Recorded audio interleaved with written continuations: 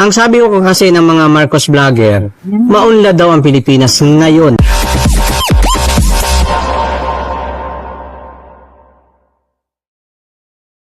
Anong opinion niyo po doon? Hindi po tayo maunlad. Kaduhan po yan. Ano ba naman kayo mga vloggers kayo? Huwag naman yung lokohin ng mga Pilipino. Naniniwala ba kayo mga kababayan na sa panahon ngayon ni BBM ay mas maunlad ang ekonomiya ng Pilipinas, ang pamumuhay natin, kumpara sa former president na dating presidente na si Rodrigo Roa Duterte? Ano masasabi niyo mga kababayan? Tunghayan natin ang sinabi ng isang ali. Pakinggan natin. Kayo, nagbablog kayo, sabihin nyo yung pawang katotohanan lamang. Hindi kailangan pagandahan dito o pagalingan. Ang kailangan iparating nyo sa bansang Pilipinas ang tunay na balita. Hindi po tayo umaasenso.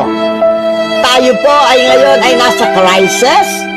Ang meron lang tayo ay yung mga atleta natin na nagdadala ng karangalan sa bansa natin. Katulad ni Alex, di ba ho? Yung ating sa tennis, sa boxing, sa Olympics, di ba ho? Yung mga Miss Philippines, Miss Universe. Yan po ngayon ang nagdadala lang kaya gumaganda ang imahe ng Pilipinas. Pero ang gobyernong ito, from national, local, and barangay, iisa lang po ang mga sistema ninyo. Mga bulok ang sistema ninyo. Puro kayo halos, corrupt kayo. Siyempre, kung ang puno, corrupt, pati ang pinakaugat ay corrupt din. Kaya hindi ako naniniwalang umaasenso. Kung dahil kung umaasenso ang Pilipinas, ay di, maganda karsada. Di ba o? Maganda na effort natin. Ang mga tao, may mga trabaho. Katulad sa Singapore, ang lit-lit na bansa na Singapore.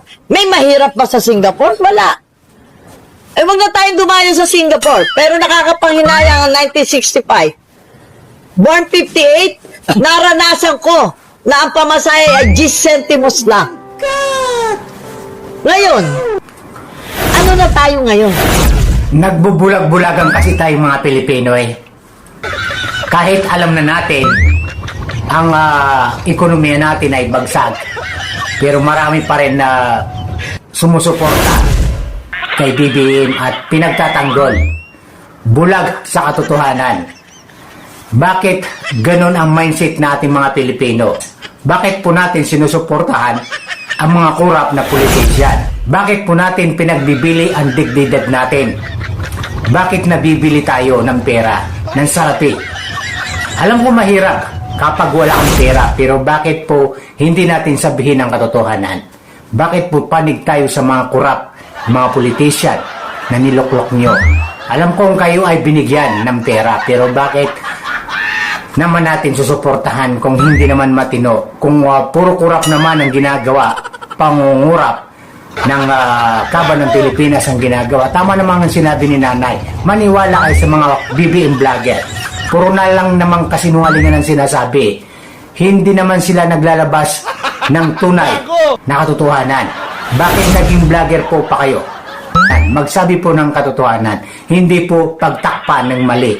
Hindi po ituwid ang mali. Dapat po panig kayo sa katotohanan. Mga content creator po kayo, vlogger po kayo. Dapat po ay ilabas nyo yung pawang katotohanan lamang. Hindi po yung itatama niyo yung mali, ipaglalaban niyo yung mali. Itama naman ang sinabi ni Nanay. Bulag ba kayo?